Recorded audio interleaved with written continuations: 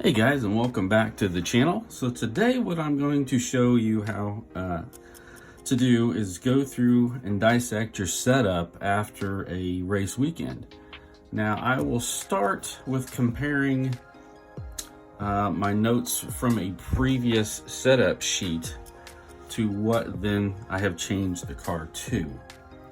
So this is going to be a little bit lengthy video, so get you a little drink of something, settle in, and I will show you how I dissect the car after a race weekend.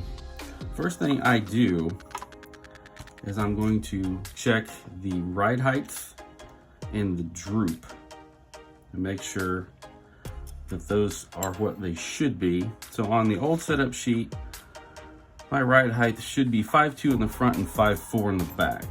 So let's see what it has changed to. Now I know I didn't change it at the track, but sometimes just beating and banging they can change. So that is still 5'4". That's still 5'4". On the front, we have 5'2".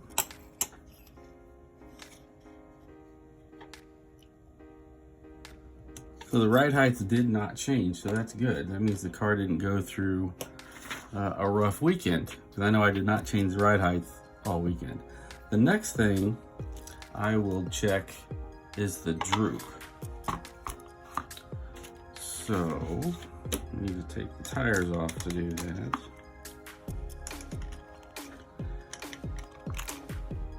And what you can't see off camera is I have a laptop open with the A800R editable setup sheet that you can find on Pedit RC. So whenever I change anything, I will actually put it in that editable setup sheet, and then you can then print it out later. And that's where I compare the notes from this previous setup sheet to where the car ended, and then I will know the values that changed. So you'll put your setup blocks down, and I believe they should be 6 in the front and probably 5, 6 in the back. So I started out with 5'8" in the front, and it looks like 5'4" in the back. So let's see where we ended up.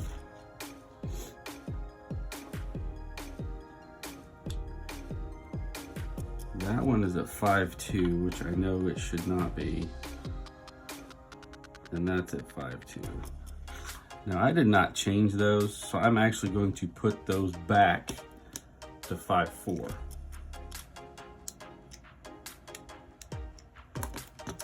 And I will say the track that I was on last weekend, it was a rather bumpy track, so that does not surprise me that some of this stuff changed. And I'm surprised the ride height didn't change. So we're back at 5'4". 5'4" on that one. 5'4", and then we'll go, okay. We're back to 5'4" on the back. Now the front, when I unloaded Friday, it was at 5'8", and I think I put it at 6. We shall see. That one's still 5'8".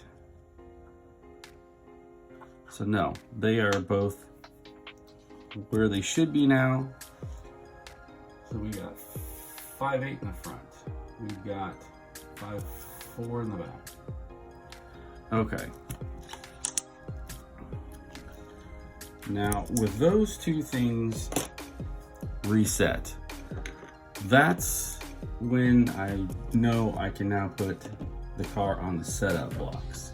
I make sure that those two variables are where they should be before I do anything.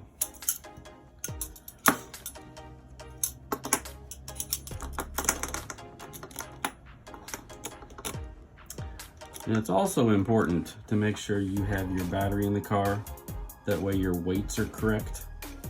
Because like if you put your car on the setup blocks like I'm doing and you don't have that in there, your readings are going to be all off.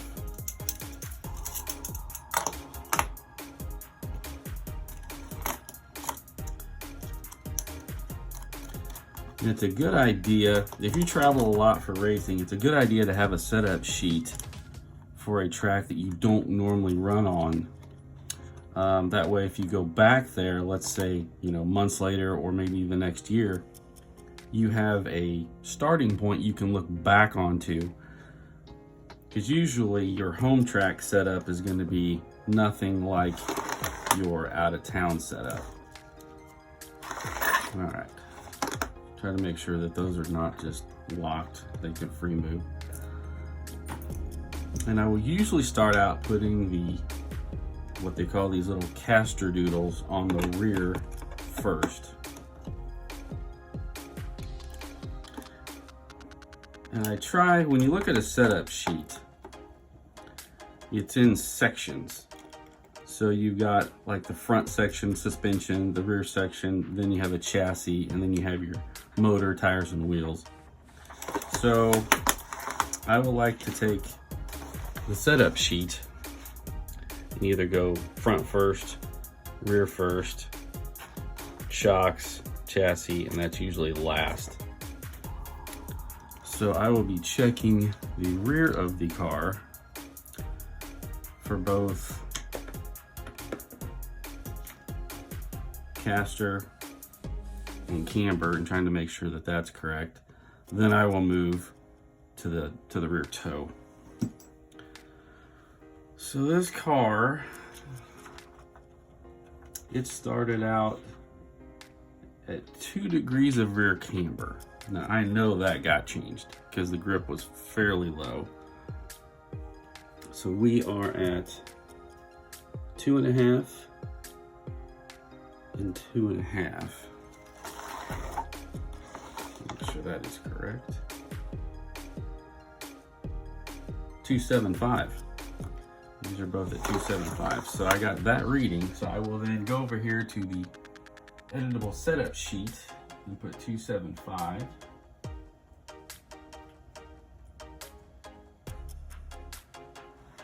And then the next thing I look at is the wheelbase.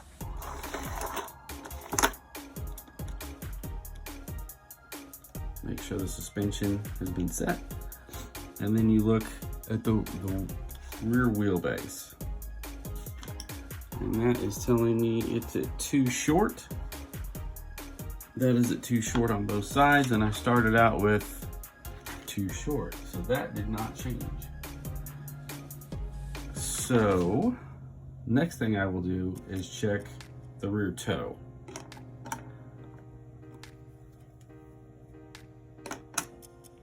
Set the suspension. So that is 3 degrees. That is 3 degrees. Then I started out with a total of 2 degrees of toe. So I added a little bit of camber and a little bit of toe. So I will change the 2 to 3 degrees.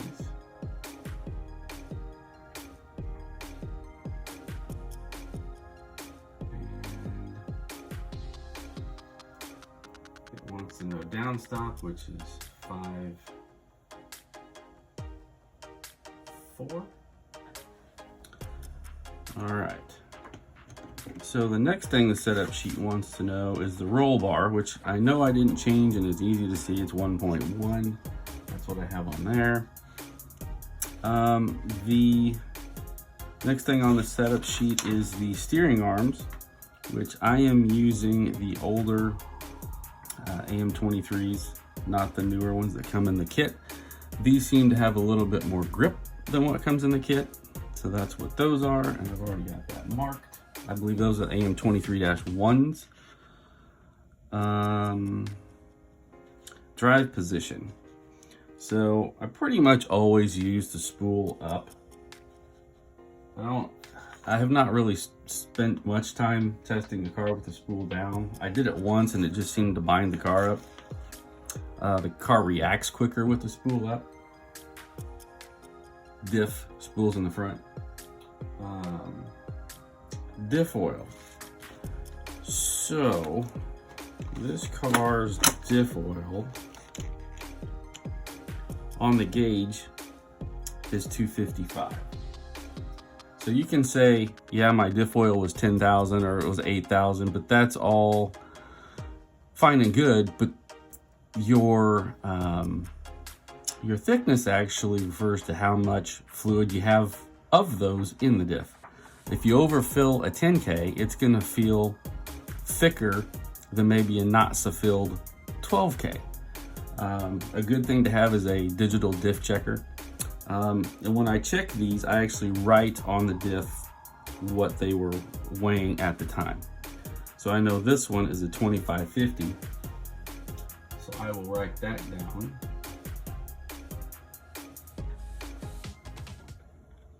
Because I can't just put 10K, because a 10K overfilled is less, or it's going to be less than like a 12K. So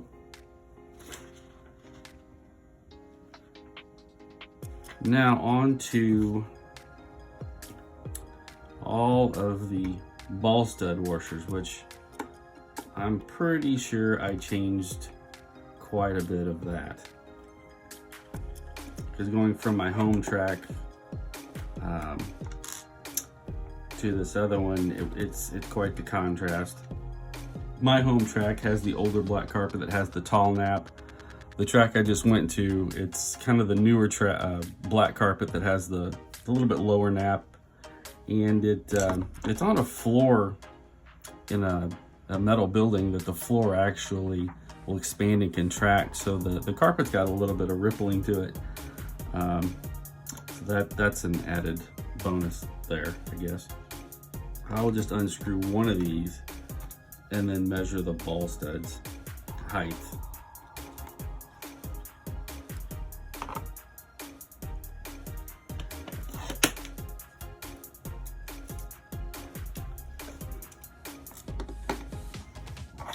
So when I unloaded, I had 3.5, which I don't know that it's, yep, I went down to 2.5.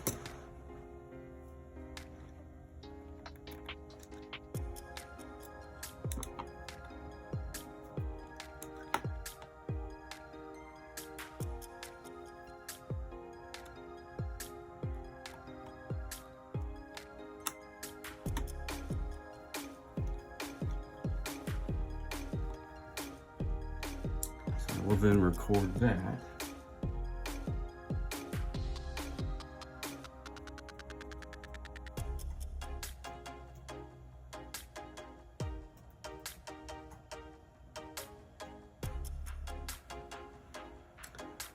The other thing you want to check is the outer. A lot of people run the same outer no matter what.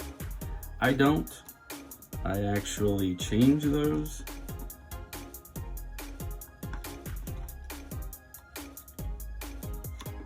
Pretty sure I know what I changed it to, but if I'm not 100% sure, I take them off and I measure them. I believe that should be 225. Yep, 220.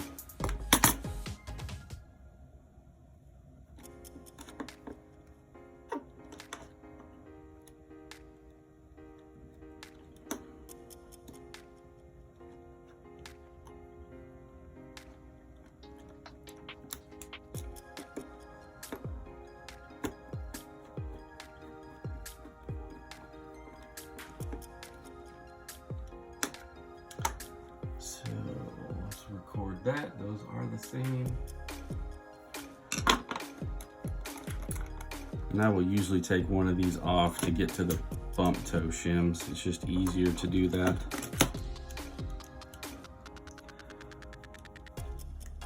And I know, I'm pretty sure I went at least a half a mil different on this from what I unloaded with. So I unloaded with a 5 mil. And that's where I ended up.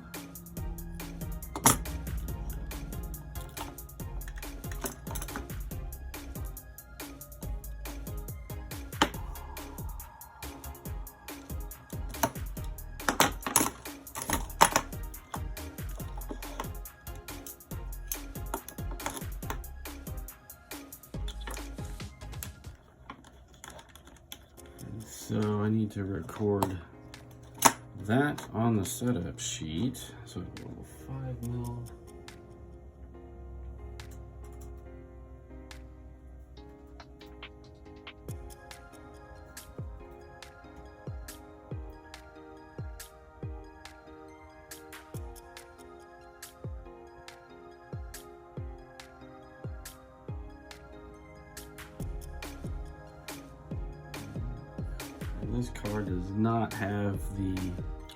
This card does not have the -1 arms front and back. It only has them on the front. So I do not have a washer underneath the ball stud on the arm. 0.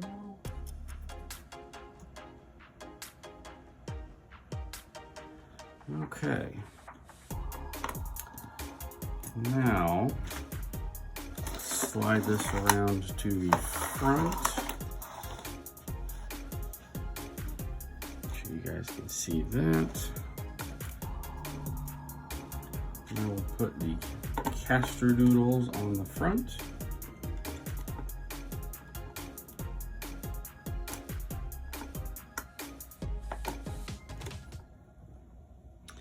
The other reason for doing this is if you go somewhere and you just get yourself tuned out into left field, you have a starting point you can go right back to. All right. So I unloaded with 1.5 degrees of front camber. I am now at 2.25. And the caster, I believe I unloaded with 4.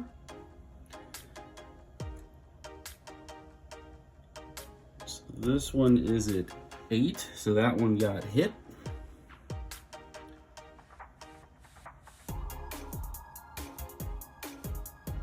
So this one's at 5. I know I did change them to 5. So this one either got smacked or I hit something. Either one's possible. So let's adjust that back to 5. Wow, perfect. And then once you do that, you have to go back over here and make sure that your camber has not changed, which mine has not. So great. Okay, so I will record the fact these are at 5. Now I don't need to really put the toe gauge on the front because I know that it's going to be 1 out.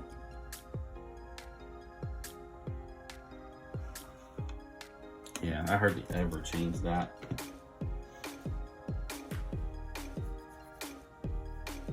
Now it is better to check that with your radio on or the car on. I will go through setting my electronic throws after I've got really the chassis dissected, because I know where they should be, and then I will fix it later.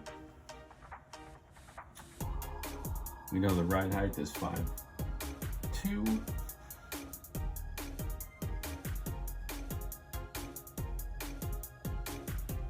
We know the downstop is at 5.8. And this car does have the 1/1 sway bar still on it, so that is the same.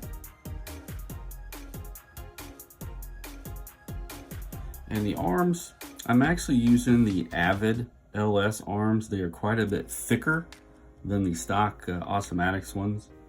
The Awesomatix ones will tend to flare up or bend over time. Now the spool position, I have it in the up position.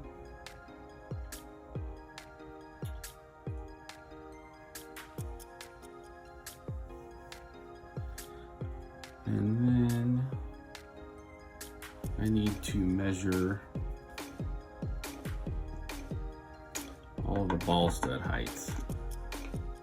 Since I don't really need setup blocks on here anymore, I will take those off.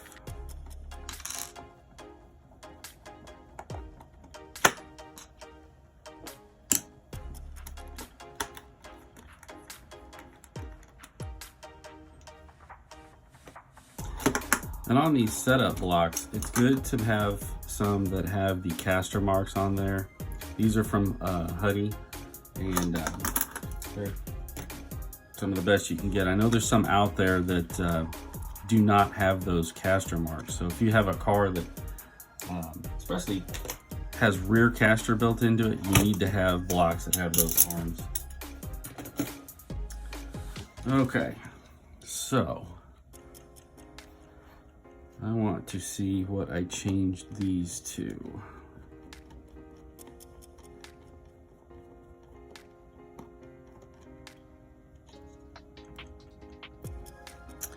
All right, I unloaded with 4mm and ended up with 3mm.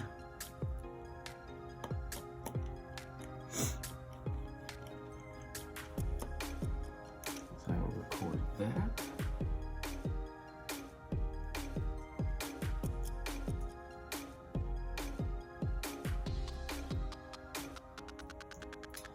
And what I'm doing off screen when I'm delaying like that, I'm actually filling out the editable setup sheet on Pettit RC as I'm going along with this video. And then asks which holes those are in, which you don't really change those. Let's go outer. And this should be 2.2 as well.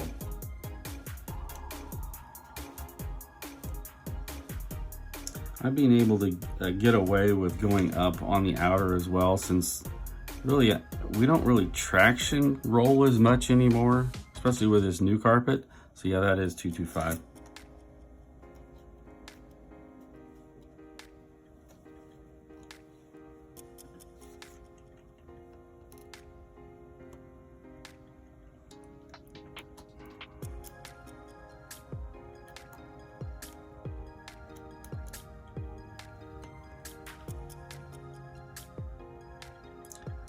Those have a tinge of Loctite on them, so that little ball stud washer is a little tough to get back on there.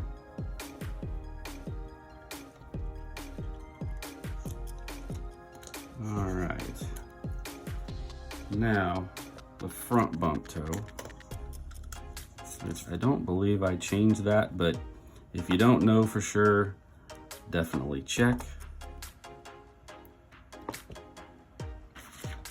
So I unloaded with 2.5. This is 2.5.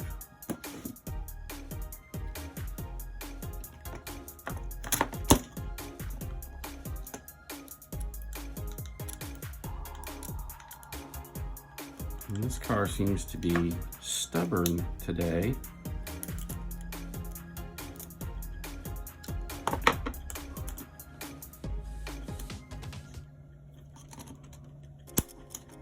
All right, now on to the front suspension.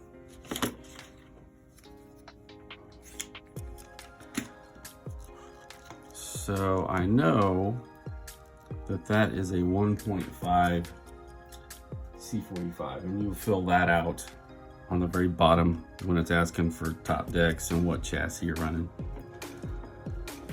And let's see, where are the shocks vaned at? So this car is at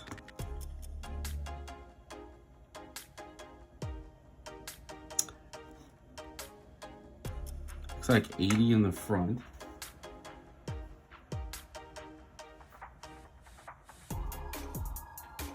And it has 400 weight oil MR33, which in my opinion for the track I was on is probably a bit thick. I do have extra dampers that I've already rebuilt with thick, lighter oil that I'm going to put in this car for testing at my home track. Now on the front gap, pretty much here on out, I will do most of the work with the front bumper off of the car. Just makes it easier to get to things.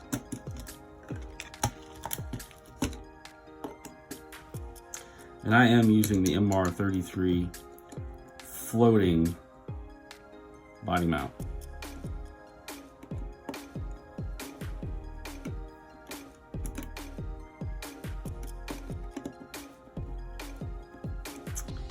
That seems to make the front of the car a little more reactive. Now, the front gap I unloaded with was a 3.2. I don't recall if I changed that or not, so that's why we're filling out a setup sheet. So the first thing you do is get your 3.2 and see if it fits.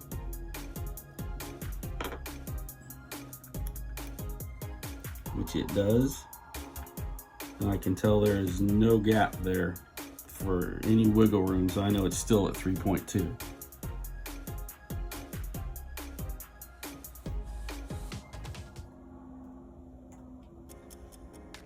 And with that oil, I'm pretty sure if I were to go back to that track, I would go down in oil and I would also close that. Normally I run it at 2.4. But I just stuck with it for that particular race and tuned other things. But in hindsight, that should have come down a little bit, or at least gone back to my normal 2.4 setting.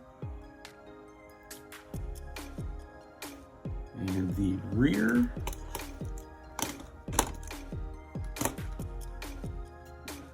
the rears are vaned at 70.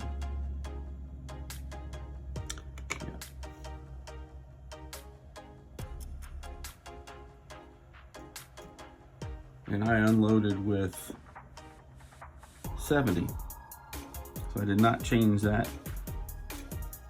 I know, and it has 500 weight MR33 oil in it.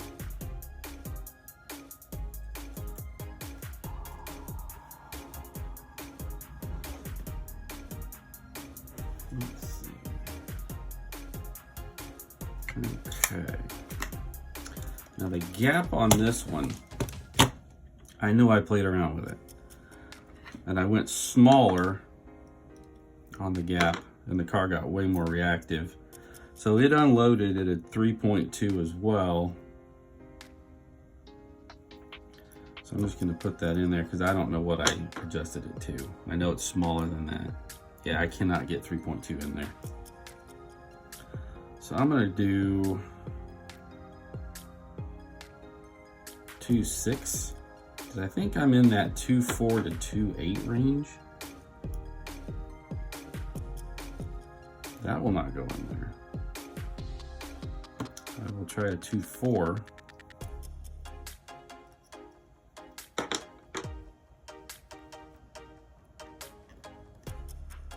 Yep. So I went from a 3.2 to 2.4 in the back.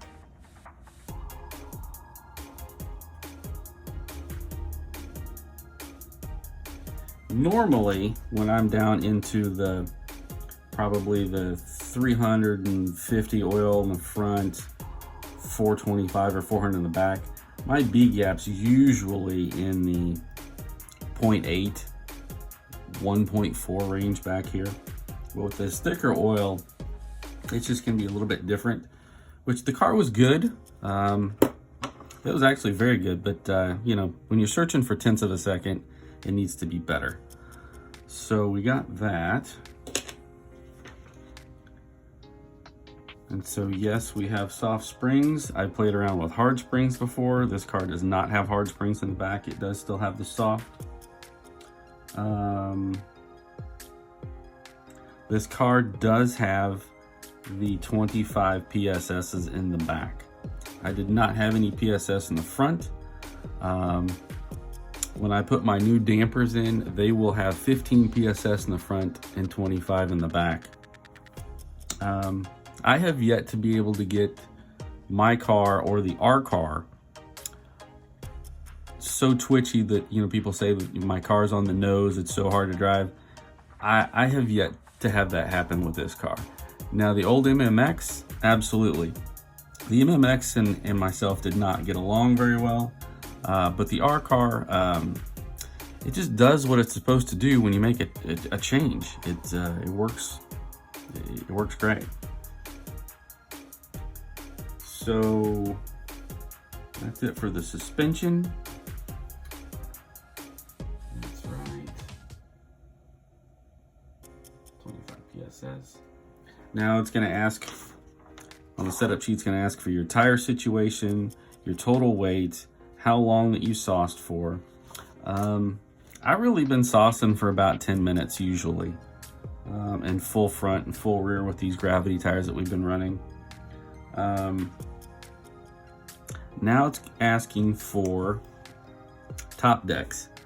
So I know for a fact I put the asphalt rear top deck on that has no cuts in it. So I will fix that on the setup sheet.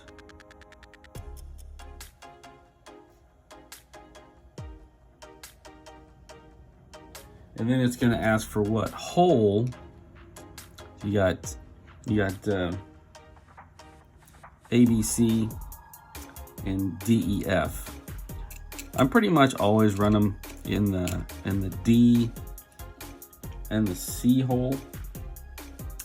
I've tried using either multiple top deck screws and then different holes, and the car just handles weird when I do that. Instead of actually adding these screws, I will just change top decks depending on how many cuts they have versus adding another screw. I can't. It's just got a weird feel when you add a screw or when you move that somewhere else. There's a lot of people that do that. It's personal preference. Now the front top deck, I'm pretty sure I will have to measure this because I went from, I think, a regular Awesomatix top deck to an MR33 1.6.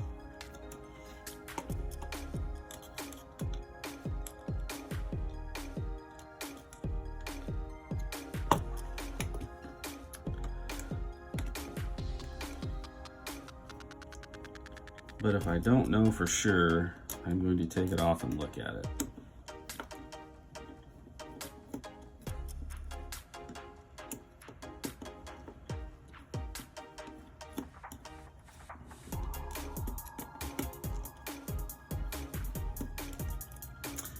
And the center point steering, while I've got it here, is at the 17.5 height, which is a mil higher than what the stock bell crank is. So yes, that's the MR33 1.6.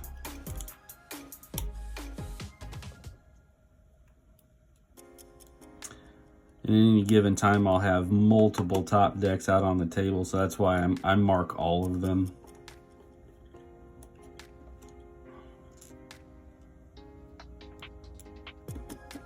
Whenever I have a top deck off like this, I actually have a thick piece of glass that I put the car on, and then I have a bulkhead brace that goes between the front and the rear bulkheads. I will put that on, and then I will cinch these things down. That way the car doesn't gain a tweak right there. But I'm just going to cinch these back up just for time's sake, because we're just doing setup. All right, so on the bottom of the setup sheet, they actually want to know which top decks you're using, how many cuts, where the holes are. So the only thing I changed was I went from the standard Awesomatix soft top deck that was fully cut through these rungs to a no-cut MR33.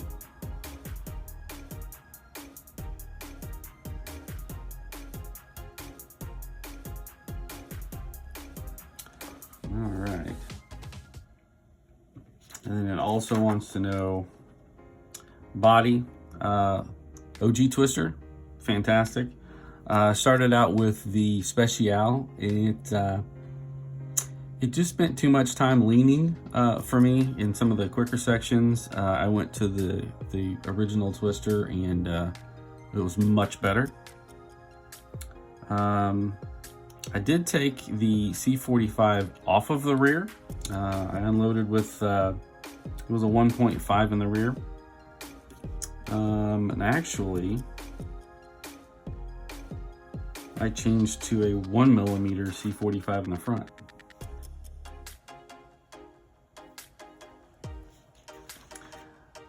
And then also, a very, very pivotal point to the setup of this car are your motor mount screws. So I started out with screws in the 3, 4, and the 5. With the screw left in the 5, the car stayed too flat for me. So when I took that out and just had those in there, it gave the car the perfect amount of lean for the track that we had. And really, that's all about dissecting a setup after a track weekend. If you got any questions, feel free to leave them in the comments. I will get back to you. Hope you liked the video. If you did, give me a like. Subscribe to the channel for future content. Until the next time, thanks a lot, folks. Happy motoring.